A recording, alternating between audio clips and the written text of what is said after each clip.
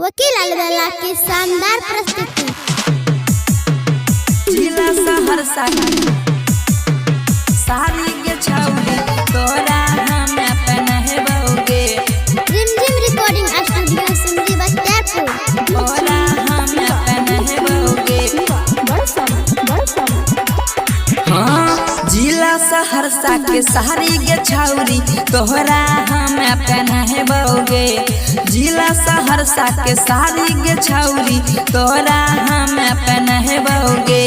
पटना के पायल पहना के गे गोरिया घर दौड़ में तोरा घुमाबोगे।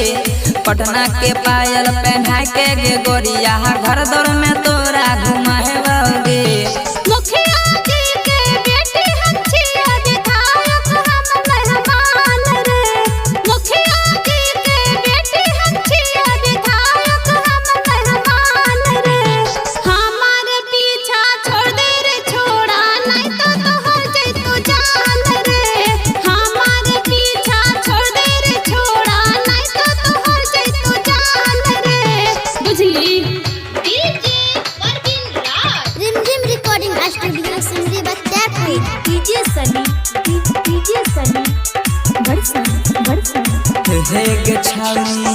बात हमर बुझे दिल के छिहियर मान गे। तोहरे पीछा छोड़न छियो दुनिया जहान गे।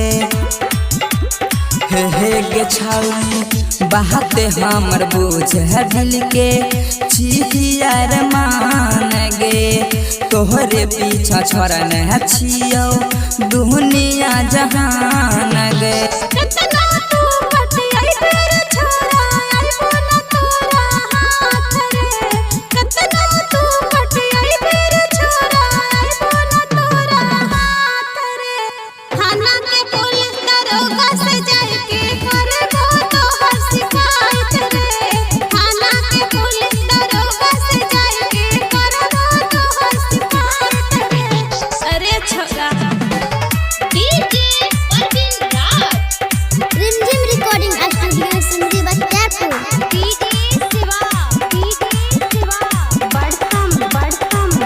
गे छौरी जहिया है तो शादी साथे बनबी हमर कन्या गे।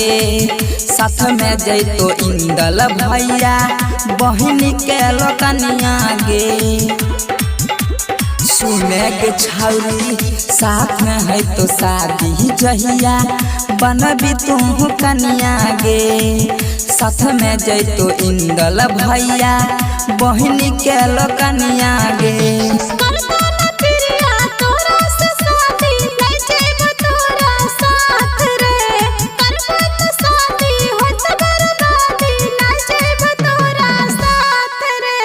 पटना के पायल पहना के गे गोरिया घर दौड़ में तोरा घुमाबोगे।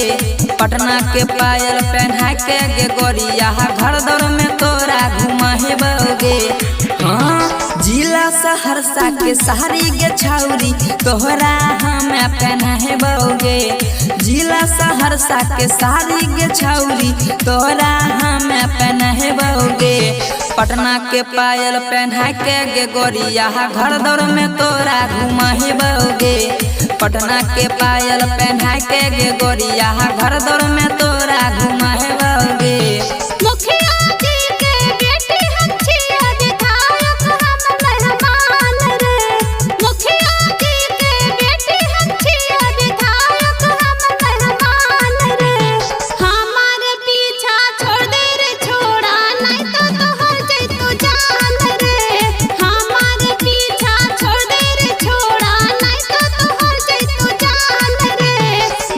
Recording by Ajay star SIS entertainment present.